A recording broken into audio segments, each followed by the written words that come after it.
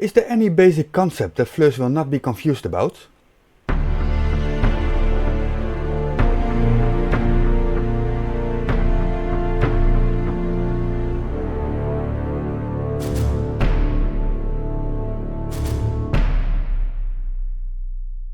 Good day, gentle people, it's your favorite Mr. 42. Welcome back to the channel. Today we will laugh at flat earth idiocy again.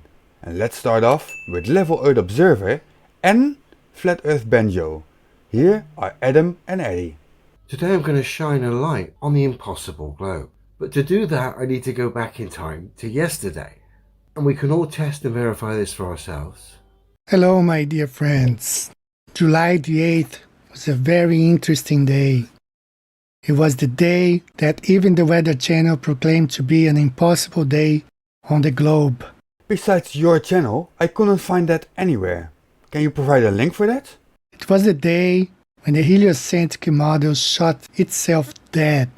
We'll see about that. Yesterday morning, Eastern Time or New York time at 7:14 AM, we've got on the timeanddate.com world map showing the sunshine, the areas in sunlight. And as we can see, North America, Canada, South America, all of Europe, all of Russia.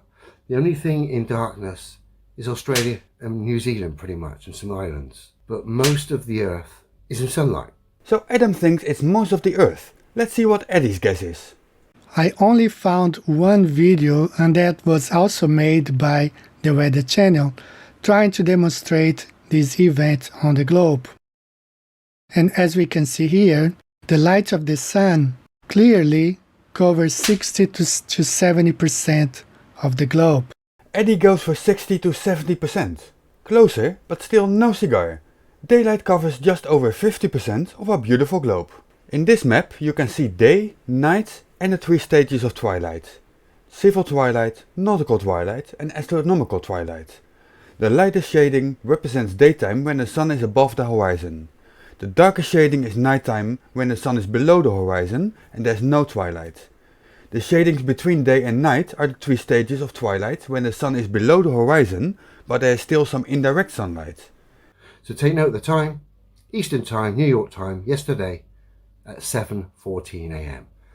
The sun's position is above North Africa. We'll use that as our center point of reference at first. So now I'm over at Google Earth trying to recreate the sunlight for the yesterday morning at 7:14 Eastern Time. Remember our center point was North Africa.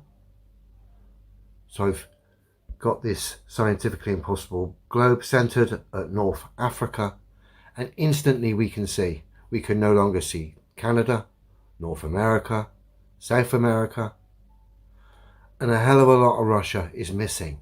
We're gonna follow Adam along and recreate this in Google Earth. But let's listen first what Eddie has to say about it. So we have 60 to 70% of the globe wrapped in sunlight.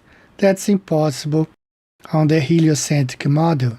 The sunlight cannot cover more than 50% of the globe.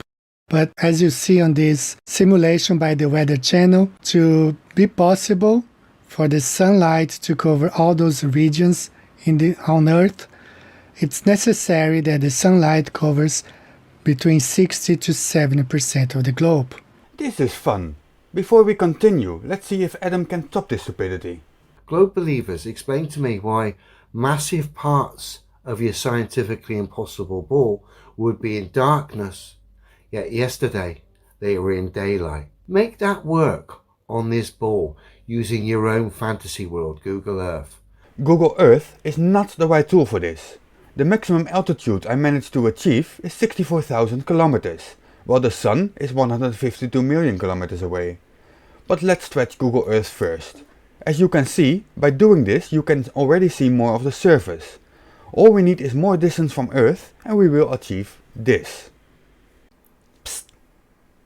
If it's really quiet, you can hear Adam cry. Cartoons, cartoons, cartoons, cartoons, cartoons, cartoons, cartoons, cartoons, cartoons. Because to get a North America, Canada and South America in shot, I need to rotate round to about here. Problem with that is lots of Africa is now disappearing and pretty much the whole of Russia.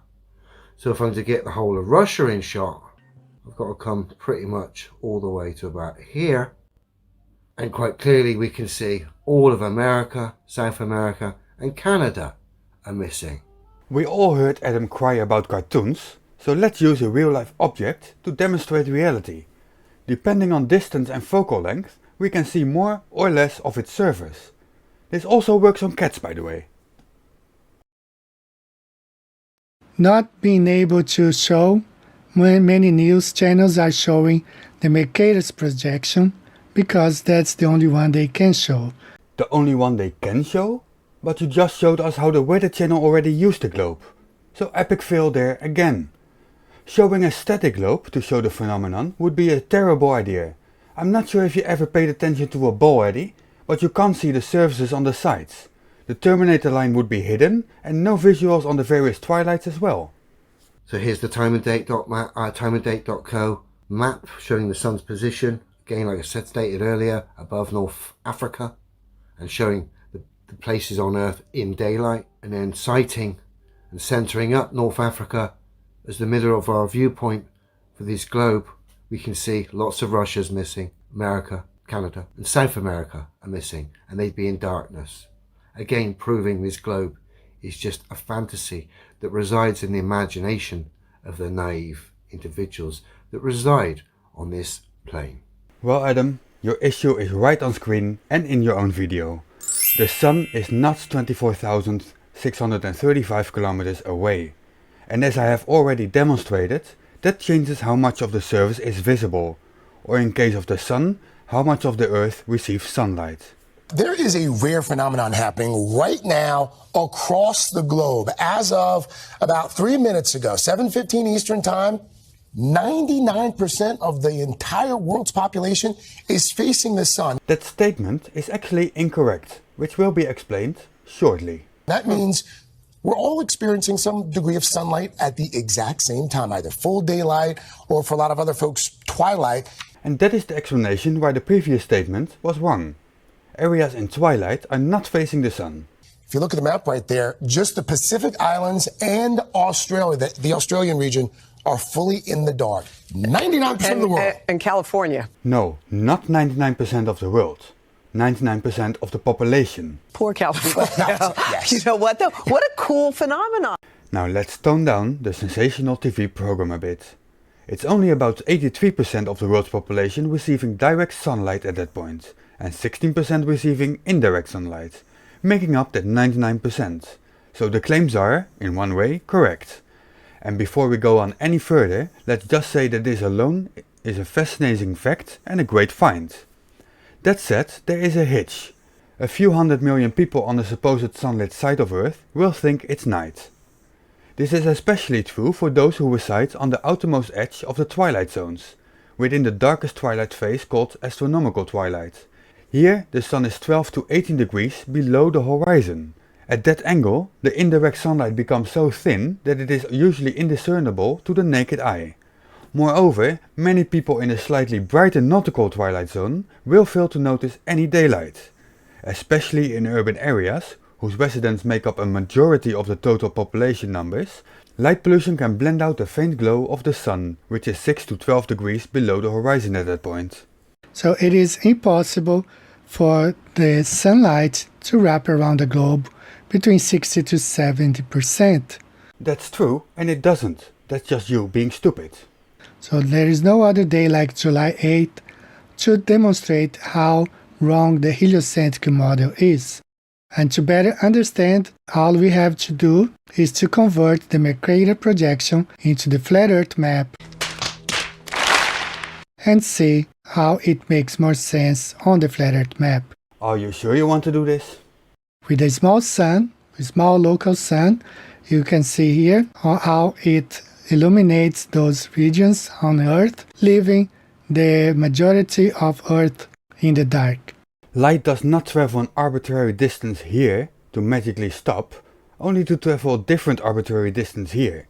It just doesn't work. These people, wake up. Only on the flat Earth model, even this map by Weather Channel, I converted into a flat Earth map, and you can see here it's better explained with a small and local sun circulating over the flat Earth, we can see how this is possible for a day like July the 8th.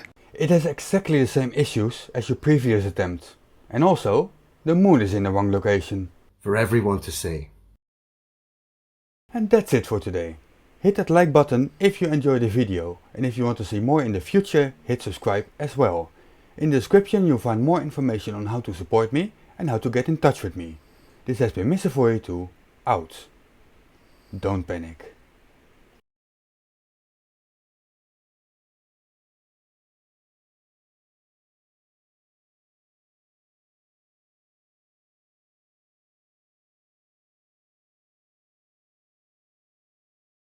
Cartoons, cartoons, cartoons, cartoons, cartoons, in cartoons, cartoons, cartoons, cartoons.